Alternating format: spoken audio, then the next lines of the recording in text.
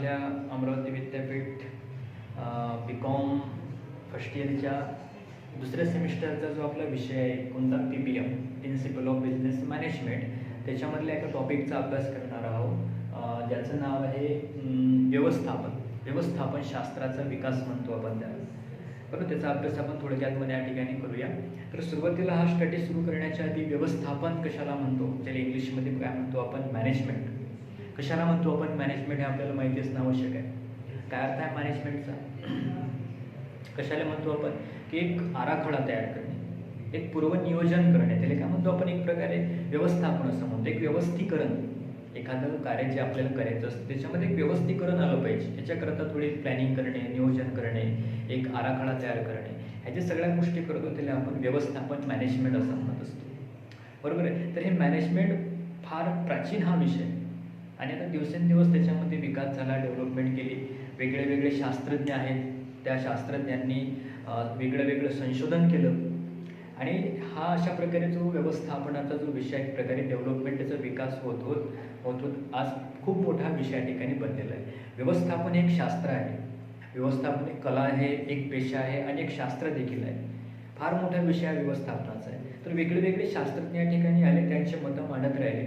तर त्यातल्याच एका शास्त्रज्ञाचं जे योगदान आहे किंवा त्यानं मांडलेले जे विचार आहेत ते विचार आपल्याला या ठिकाणी पाहिजे.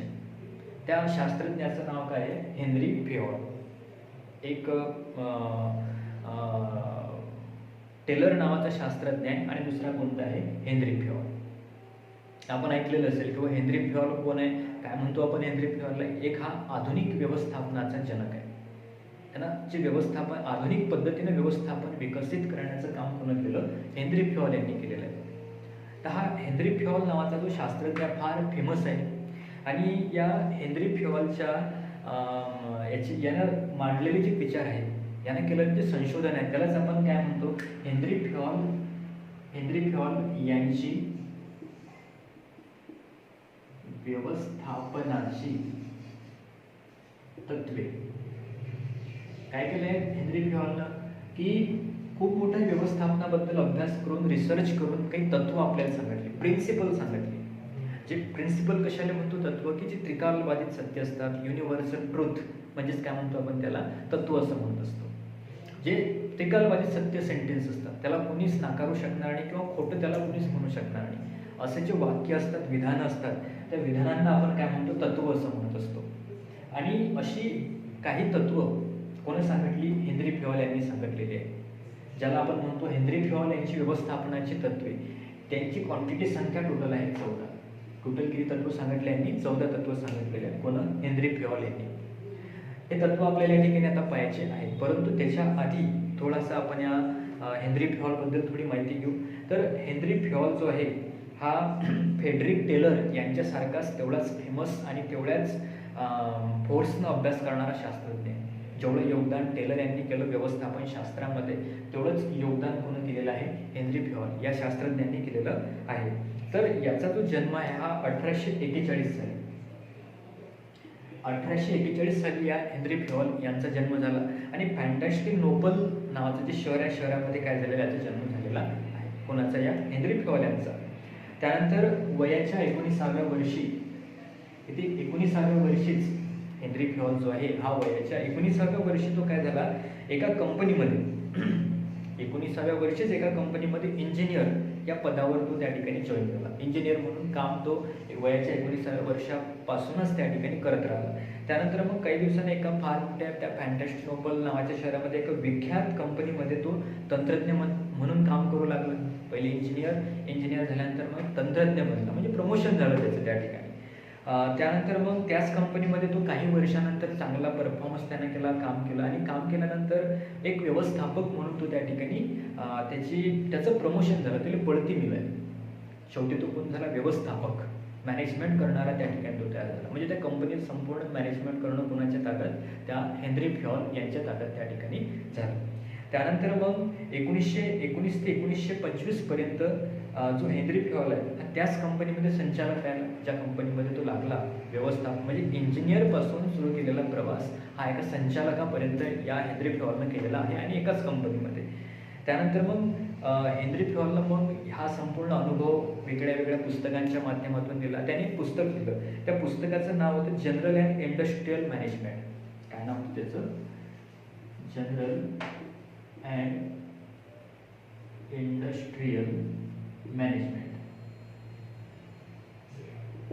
जनरल अँड इंडस्ट्रियल मॅनेजमेंट हे पुस्तक एक प्रकारे ग्रंथ म्हणू शकतो आपण. हा ग्रंथ त्या ठिकाणी लिहिला आणि या ग्रंथामध्ये हेनरी फ्यॉल यांनी त्यानं केलेलं जेवढं संशोधन आहे किंवा त्याला आलेले जेवढे अनुभव आहेत व्यवस्थापनाविषयी पूर्णच्या पूर्ण एक्सपिरियन्स त्याने या पुस्तकामध्ये या ग्रंथामध्ये शेअर केले, सर्वांना सांगितले. आणि हा जो ग्रंथ आहे हा ग्रंथ जेव्हा प्रकाशित झाला हा तेव्हा फ्रेंच लँग्वेजमध्ये होता.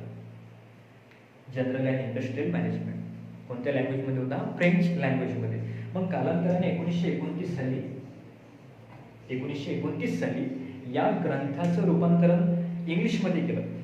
काही लोकांनी कशामध्ये त्याचं ट्रान्सलेशन केलं? इंग्लिश या भाषेमध्ये त्याचं ट्रान्सलेशन केलं. आणि त्यानंतर 1925 साली हेनरी फ्यॉल यांचा मृत्यू झाला. 1925 साली त्यांचा मृत्यू झाला, बरोबर आहे. आणि त्याच्यानंतर मग त्यांच्या मृत्यूच्या नंतर 1929 साली त्यांच्या ग्रंथाचं रूपांतरण इंग्लिशमध्ये केलं आणि संपूर्ण जगभर त्यांचं रिसर्च त्यांनी केलेलं संशोधन पसरलं आणि खूप ठिकाणी त्या अप्लाय केला जाणारा त्याचा स्टडी आहे. आणि तो स्टडी आपल्याला या ठिकाणी पाहायचा आहे, ज्याला आपण काय म्हणतो? हेनरी फ्यॉल यांचे व्यवस्थापनामध्ये केलं जाणारं योगदान. व्यवस्थापन शास्त्रामध्ये त्यांनी कोणतं योगदान केलं आणि ते योगदानालाच प्रामुख्याने आपण काय म्हणतो? हेनरी फ्यॉल यांची व्यवस्थापनाची तत्वे, जी टोटल किती आहेत? 14 प्रकारची तत्वे आहेत.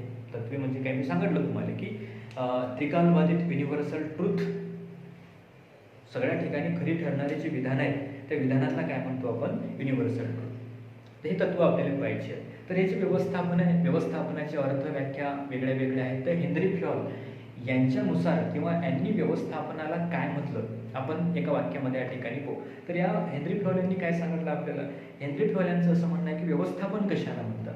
त्यांचं असं म्हणणं आहे की व्यवस्थापन म्हणजे पूर्वानुमान करणे, नियोजन करणे, संघटन करणे, आदेश देणे, समन्वय करणे आणि नियंत्रण ठेवणे.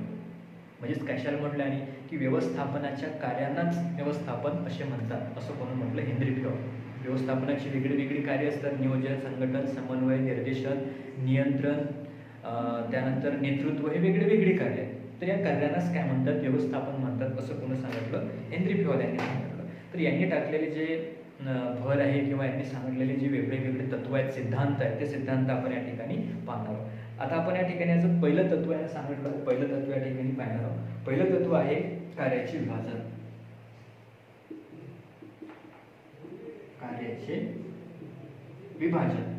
हेनरी फ्यॉल यांनी सांगितलेलं पहिलं तत्व म्हणजे काय? कार्याचं विभाजन. काय म्हणतात हेनरी फ्यॉल? काय म्हणतो आपण त्याला? डिव्हिजन ऑफ वर्क, बरोबर आहे. हेनरी फ्यॉलचं काय म्हणणं आहे की ज्यावेळेस आपण व्यवस्थापन करतो किंवा व्यवस्थापनामध्ये एकदम सुरुवातीला जे कार्य केलं जातं ते म्हणजे कोणतं? व्यवस्थापन, बरोबर आहे. म्हणजे हे जे तत्व आपण या ठिकाणी पाहत आहोत कशा करतायत? जर एखादा यशस्वीरित्या व्यवसाय चालवायचा असेल, खूप मोठा प्रॉफिट आपल्याला प्राप्त करायचा असेल, खूप मोठा नफा आपल्याला मिळवायचा असेल, तर ह्या तत्व त्या ठिकाणी या तत्वांचं अनुकरण करणं अत्यंत आवश्यक आहे. हे अनुकरण जर आपण नाही केलं तर त्या ठिकाणी आपले जे उद्दिष्ट असतात ते पूर्ण नाही होऊ शकत व्यवसायाची किंवा कोणतीही कंपनीची. म्हणून हे अत्यंत महत्त्वाचं आहे. म्हणून हेनरी फ्यॉल यांचं असं म्हणणं आहे की ज्या वेळेस आपण व्यवस्थापन करतो किंवा आपल्याला उद्दिष्ट जर आपले योग्य वेळेत पूर्ण करायचे असतील तर सुरुवातीला आपल्याला काय करावं लागणार आहे? कार्याचं विभाजन. कोणत्याही व्यवसायामध्ये, उद्योगामध्ये किंवा कोणत्याही ठिकाणी एकाच प्रकारचं कार्य केलं जात नसते. वेगळे कार्य करतात. जसं फॉर एक्झाम्पल व्यवस्थापन करायचं आहे. व्यवस्थापन करणे म्हणजे फक्त नियोजन करणे नाही. नियोजन करायचं असते, संघटन करायचं असते, समन्वय करायचं असते, बरोबर. अनेक सारे कार्य त्या ठिकाणी करावे लागतात आणि कोणतेही कार्य कोणी करून चालत नसते. योग्य कार्य करण्याकरता योग्य व्यक्तीचीच आपल्याला नियुक्ती किंवा निवड करावी लागत असते, बरोबर. म्हणून मग या हेनरी फ्यॉल यांचं असं म्हणणं आहे की सुरुवातीला आपल्याला काय करावं लागणार आहे? कार्याचं विभाजन. की एखादं कार्य आहे ते कार्य करण्याकरता किती वेळ लागेल, ते कार्य कोण करू शकते, ते कार्य किती दिवसामध्ये आपल्याला पूर्ण करायचं आहे, त्यानंतर त्या कार्य करणे किती महत्त्वाचं आहे, ह्या सगळ्या गोष्टी आपल्याला आधी ठरवाव्या लागतात, बरोबर. आणि तेच म्हणतो आपण कार्याचं विभाजन. म्हणून पहिले काय केलं पाहिजे आपण? कार्याचं विभाजन पहिलं तत्व. त्यानंतर दुसरं तत्व त्यांनी सांगितलं हेनरी फ्यॉल यांनी अधिकार आणि जबाबदारी. अधिकार आणि जबाबदारीचे तत्व. अधिकार आणि जबाबदारीचे तत्व. दुसरे काय सांगते, तो कार्याचं विभाजन करूनच चालला. आणि आपण एखाद्या कार्याचं विभाजन केलं आणि झालं संपलं असं होऊ शकेल का? नाही. काय करावं लागेल? कार्याचं विभाजन केल्यानंतर लगेच ज्या व्यक्तीला आपण जे कार्य देणार आहोत, जी जबाबदारी देणार आहोत, त्याच्यासोबत त्याला काय द्यावं लागतील? अधिकार द्यावे लागतील. एखाद्या व्यक्तीला, एखाद्या व्यवसायाच्या मालकांना एखादं खरेदी करण्याची जबाबदारी दिली आणि अधिकार नाही दिले तर करू शकणार नाही. म्हणून काय करावं लागणार आहे? जबाबदारी पण द्यावी लागणार आहे आणि काय करावं लागणार आहे? त्या ठिकाणी अधिकार पण द्यावे लागणार आहे. म्हणून दुसरं तत्व सांगितलं अधिकार आणि जबाबदारीचे तत्व. त्यानंतर तिसरं तत्व सांगितलं त्यानं शिस्त. काय म्हणतात हेनरी फ्योल पुढे, की व्यवसायामध्ये फक्त अधिकार, जबाबदारी, कार्य करूनच चालणार नाही, तर त्या व्यवसायामध्ये काय असली पाहिजे? शिस्त असली पाहिजे. योग्य वेळेत योग्य काम पूर्ण झालं पाहिजे. संपूर्ण कर्मचारी त्या व्यवसायामध्ये वेळेवर कामावर आले पाहिजे. प्रत्येकाने वेळेत कार्य केलं पाहिजे आणि पारदर्शकपणे एकदम ते काम त्या ठिकाणी केलं पाहिजे. त्याला म्हणतो आपण शिस्त. म्हणून शिस्त देखील त्या व्यवसायामध्ये असणं अत्यंत आवश्यक आहे. म्हणून तिसरं तत्व सांगितलं ते म्हणजे शिस्तीचं तत्व. त्यानंतर चौथं तत्व हेनरी फ्योल यांनी सांगितलं आपल्याला आदेशाची एकता. आदेशाची एकता. पुढे काय सांगितलं हेनरी फ्योल यांनी? आदेशाची एकता. काय असलं पाहिजे म्हणते व्यवसायामध्ये? आदेशामध्ये एकता असली पाहिजे. बऱ्याच वेळा काय होत असते व्यवसायामध्ये, की संचालक किंवा जे मोठे मोठे अधिकारी असतात ते एकापेक्षा जास्त असतात. त्यावेळेस ते काय करतात? आदेश किंवा ऑर्डर देताना अनेक व्यक्ती एकाच वेळेस ऑर्डर देऊन टाकतात. मग जे खालचे कर्मचारी आहेत, मजूर आहेत, ते कन्फ्यूज होतात, गोंधळून जातात ते, की नेमकं कोणाचं ऐकायचं कोणाचं नाही ऐकायचं त्यांना नाही समजत. म्हणून असं नाही झालं पाहिजे. म्हणून हेनरी फ्योल यांनी काय सांगितलं, की कोणत्याही व्यवसायामध्ये काय असली पाहिजे? आदेशामध्ये एकता असली पाहिजे. म्हणजे एका वेळेस संपूर्ण कर्मचाऱ्यांना, मजुरांना एकाच व्यक्तीने आदेश दिला पाहिजे, जेणेकरून संपूर्ण जबाबदारी आणि अधिकार योग्य प्रकारे वापरले जातील आणि संपूर्ण कर्मचारी कमीत कमी वेळेमध्ये त्यांचं कार्य न गोंधळता पूर्ण करू शकतील. म्हणून त्या ठिकाणी काय सांगितली? आदेशाची एकता. चौथं. त्यानंतर पाचवं तत्व त्याने सांगितलं आपल्याला निर्देशाची एकता. निर्देशाची एकता. आता निर्देशाची एकता कशाने म्हणतो आपण? निर्देश म्हणजे काय? मार्गदर्शन करणे, सल्ला देणे, त्याला म्हणतो आपण निर्देशन. तर कोणत्याही व्यवसायामध्ये काय असलं पाहिजे म्हणतो तो? निर्देशाची एकता असली पाहिजे. एका वेळेस एकाच व्यक्तीनं मार्गदर्शन केलं पाहिजे, एका वेळेस एकाच व्यक्तीनं सल्ला दिली पाहिजे, एका वेळेस एकाच व्यक्तीनं निर्देशन केलं पाहिजे. अनेकांनी केलं, कर्मचाऱ्यांना समजणार नाही नेमकं कोणाचं ऐकायचं कोणाचं काय करायचं समजणार नाही त्यांना. म्हणून त्या व्यवसायामध्ये काय असलं पाहिजे? तर निर्देशनामध्ये देखील एकता असली पाहिजे. सांगितलं पाचवं तत्व. त्यानंतर पुढचं सहावं तत्व त्यानं सांगितलं आपल्याला व्यक्तिगत हितापेक्षा सामूहिक हिताला जास्त महत्व म्हणून. काय म्हणते हेनरी फ्योल? हेनरी फ्योलचं काय म्हणणं आहे पुढे, की व्यवसायामध्ये, कारण व्यवसाय कोणी एका व्यक्तीच्या कामावरूनच चालत नसते, सगळ्यांचं त्या ठिकाणी विचार करावा लागतो, सर्वांचा विचार करावा लागतो. म्हणून हेनरी फ्योलनं काय सांगितलं आपल्याला, की व्यक्तिगत हितापेक्षा सामूहिक हिताला महत्त्व. काय केलं पाहिजे? आपण आपल्या व्यवसायामध्ये लहान असो, मध्यम असो, मोठा असो, कसाही व्यवसाय असो, त्या व्यवसायामध्ये आपण व्यक्तिगत हितापेक्षा सामूहिक हिताला जास्त प्राधान्य दिलं पाहिजे. जर आपण फक्त नफा मिळवायचा आणि फक्त आपल्याला पैसा मिळाला पाहिजे असं जर त्या मालकानं केलं तर कर्मचारी मन लावून कामं करणार नाही, ती योग्य वेळेत योग्य कामं करणार नाहीत, वेळेवर कामावर येणार नाही आणि स्वतःचा व्यवसाय म्हणून ते काम करणार नाही तिथं. म्हणून असं नाही झालं पाहिजे. याच्याकरता काय केलं पाहिजे? प्रत्येक व्यवसायामध्ये एक तत्व आपण फॉलो केलं पाहिजे. ते तत्व म्हणजे कोणतं? तर व्यक्तिगत हितापेक्षा सामूहिक हिताला सर्वात जास्त महत्त्व. ज्या ठिकाणी सर्वांचं हित आहे, फक्त मालकाचंच नाही, मजुरांचं, कर्मचाऱ्यांचं, व्यवसायात काम करणाऱ्या सगळ्या लोकांचं ज्या ठिकाणी हित आहे तेच काम त्या ठिकाणी केलं गेलं पाहिजे, असं या तत्वाचं म्हणणं आहे. सहावं. त्यानंतर सातवं तत्व त्यानं सांगितलं आपल्याला योग्य मोबदला. योग्य मोबदला काय केला पाहिजे? त्या व्यवसायामध्ये सगळ्यांनी जेवढे कर्मचारी मजूर त्या ठिकाणी काम करतात सर्वांना योग्य मोबदला दिला पाहिजे. बरोबर? एखादा व्यक्ती 10 तास काम करते, तिला 10 तासाचा मोबदला द्या. एखादा व्यक्ती 5 तास काम करते, तिला 5 तासाचा पगार द्या.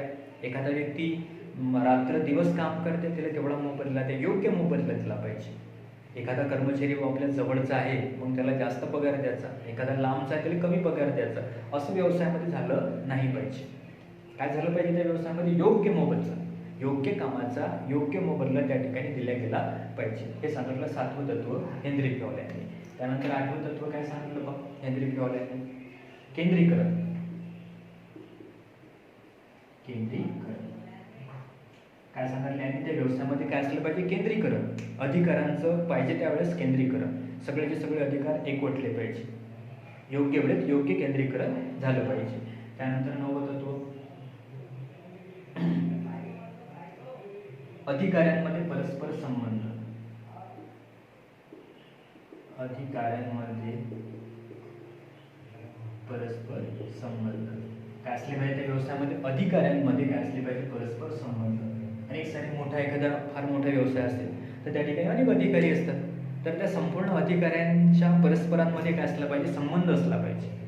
बरोबर. एक स्वार्थपणा किंवा 9वं तत्व काय? अधिकाऱ्यांमध्ये परस्पर संबंध. काय असलं पाहिजे व्यवसायामध्ये? परस्पर संबंध असले पाहिजे. कारण अधिकारी एक किंवा अनेक अधिकारी असतात मोठ्या मोठ्या व्यवसायामध्ये, मोठ्या मोठ्या कंपन्यांमध्ये, तर त्यांच्यामध्ये परस्पर संबंध असला पाहिजे. जर तो संबंध नसेल तर त्या ठिकाणी ठरवलेले उद्दिष्ट योग्य वेळेत योग्य पूर्ण होणार नाही. म्हणून त्या ठिकाणी अधिकाऱ्यांमध्ये काय असला पाहिजे? परस्पर संबंध असला पाहिजे. तत्व व्यवस्था काय असली पाहिजे? व्यवसायामध्ये व्यवस्था असली पाहिजे. कारण ज्या ठिकाणी कर्मचारी काम करतात त्या ठिकाणी आजूबाजूचा परिसर, पाण्याची व्यवस्था, जेवणाची व्यवस्था, ह्या सगळ्या व्यवस्था त्या ठिकाणी असल्या पाहिजे. चांगल्या चांगल्या प्रकारे मशिनरी त्या व्यवसायामध्ये असल्या पाहिजे, चांगलं फर्निचर त्या व्यवसायामध्ये असलं पाहिजे.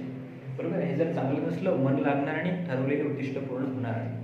म्हणून मग त्या ठिकाणी चांगल्या प्रकारची व्यवस्था असली पाहिजे असं त्या हेनरी फ्योलने सांगितलं. त्यानंतर 11वं तत्व सांगितलं त्यांनी समानता. सिंपल तत्व आहे, एकदम सोपं तत्व. काय असलं पाहिजे? व्यवसायामध्ये समानता असली पाहिजे. बरोबर. किती लांबचा कर्मचारी असो, किती जवळचा असो, सगळ्यांमध्ये समानता असली पाहिजे. बरोबर. सगळ्यांना समान सगळा पगार किंवा समान सगळ्या गोष्टी असल्या पाहिजे त्या व्यवसायामध्ये. जात, धर्म, पंथ, भेदभाव अशा प्रकारे भेदभाव या ठिकाणी नसला पाहिजे. कोणत्याही जातीचा असो, कोणत्याही धर्माचा असो, प्रत्येकाला समान वागणूक त्या ठिकाणी असली पाहिजे. त्याला म्हणतो आपण समानतेचं तत्व. त्यानंतर त्यांना आपल्याला 12वं तत्व सांगितलं कर्मचाऱ्यांचे प्रशिक्षण. कर्मचाऱ्यांना प्रशिक्षण काय असलं पाहिजे? व्यवसायामध्ये कर्मचाऱ्यांना वेळोवेळी प्रशिक्षण दिलं पाहिजे. अनेक वेळा व्यवसायामध्ये काय होत असते? बदल होत राहतात, धोरणं बदलत राहतात, बाजारपेठेची परिस्थिती बदलत राहते. तर मग ही परिस्थिती बदलली की त्या व्यवसायामध्ये काय असलं पाहिजे? तर कर्मचाऱ्यांना होणाऱ्या बदलानुसार आपण नेहमी प्रशिक्षण दिलं पाहिजे. प्रशिक्षण वारंवार संपूर्ण कर्मचाऱ्यांना हे दिलं पाहिजे. जसं आता आपण फर्स्ट इयरमधून सेकंड इयरमध्ये जातो, आपलं प्रशिक्षण बदलते, फायनलमध्ये गेलो प्रशिक्षण बदललं आपलं. असंच त्या व्यवसायामध्ये प्रशिक्षण बदलत्या स्वरूपाचं असलं पाहिजे, प्रशिक्षण दिलं पाहिजे. 13वं तत्व त्यानं सांगितलं प्रेरणा. काय असली पाहिजे? व्यवसायामध्ये प्रेरणा असली पाहिजे. प्रेरणा म्हणजे काय? उत्तेजन, प्रोत्साहन, मोटिवेशन. जागोजागी त्या कर्मचाऱ्यांना काय करत राहिले पाहिजे? आपण प्रशिक्षण. मग हे प्रेरणा कशी द्यायची? एखाद्याने चांगलं काम केलं त्याची स्तुती करू आपण, एखाद्यानं खूप मोठा नफा प्राप्त करून दिला त्याला आपण बोनस देऊ, शिल्लकचा पगार त्याला आपण त्या ठिकाणी देणार. असं आपण करत राहिलं काय होतं? ते कर्मचारी प्रेरित होतात, मोटिवेट होत असतात. बरोबर आहे. म्हणून त्या ठिकाणी प्रेरणा असणं अत्यंत आवश्यक आहे. मोटिवेशन त्या ठिकाणी देणं अत्यंत आवश्यक असते असं हेनरी फ्योल यांचं मत आहे. आणि त्यांनी शेवटचं तत्व सांगितलं आपल्याला सहकार्याची भावना. सहकार्याची भावना काय असलं पाहिजे? व्यवसायामध्ये सहकार्याची भावना असली पाहिजे. बरोबर. एकामेकाला मदत करण्याची भावना असली पाहिजे. एकमेका सहाय्य करू, अवघे धरू, सुपंथ या तत्वानुसार त्या ठिकाणी असलं पाहिजे. सर्वांनी एकासाठी आणि एकाने सर्वांसाठी असं तत्व प्रत्येक व्यवसायामध्ये असलं पाहिजे. सहकार तत्व जो आहे, सहकार हा सहकार या ठिकाणी असणं अत्यंत आवश्यक आहे. बरोबर. कारण जर सहकार नसेल, जरी सहकार्याची भावना नसेल तर उद्दिष्ट पूर्ण होणार नाहीत आपले. होतील परंतु भरपूर वेळ लागेल आणि चांगल्या प्रकारे ते पूर्ण होणार आहे. म्हणून असं नाही झाले पाहिजे. याच्याकरता सहकार्याची भावना त्या व्यवसायामध्ये असणं अत्यंत आवश्यक आहे. अशा प्रकारे 14 तत्व आपल्याला सांगितले आणि हेच पुढे चालून प्रसिद्ध झाले आणि अनेक ठिकाणी फॉलो केले जातात. प्रत्येक व्यवसायामध्ये आज आपण पाहतो की यातले जवळपास सर्वच्या सर्व तत्व त्या ठिकाणी फॉलो केले जातात. जो व्यवसाय हे 14 प्रकारचे व्यवसाय फॉलो करते, जी कंपनी हे 14 तत्व फॉलो करते, 100% त्यांचे उद्दिष्ट पूर्ण होतात, कमीत कमी वेळेमध्ये पूर्ण होतात आणि खूप मोठा विकास, प्रगती, डेव्हलपमेंट व्यवसाय करतो. म्हणून हेनरी फियॉलचं असं म्हणणं आहे की हे 14 तत्व प्रत्येक व्यवसायानं पाळले पाहिजे, प्रत्येकाने हे फॉलो केले पाहिजे, त्यांच्या व्यवसायामध्ये अप्लाय केले पाहिजे. आणि याच तत्वांना काय म्हणतो आपण, हेनरी फियॉल यांचे व्यवस्थापन शास्त्रातील योगदान. हेनरी फियॉल यांचे व्यवस्थापन शास्त्रातील योगदान किंवा यांची व्यवस्थापनाची तत्व जी टोटल केली 14 प्रकारची आहे. अशा प्रकारे तत्व. Thank you very much.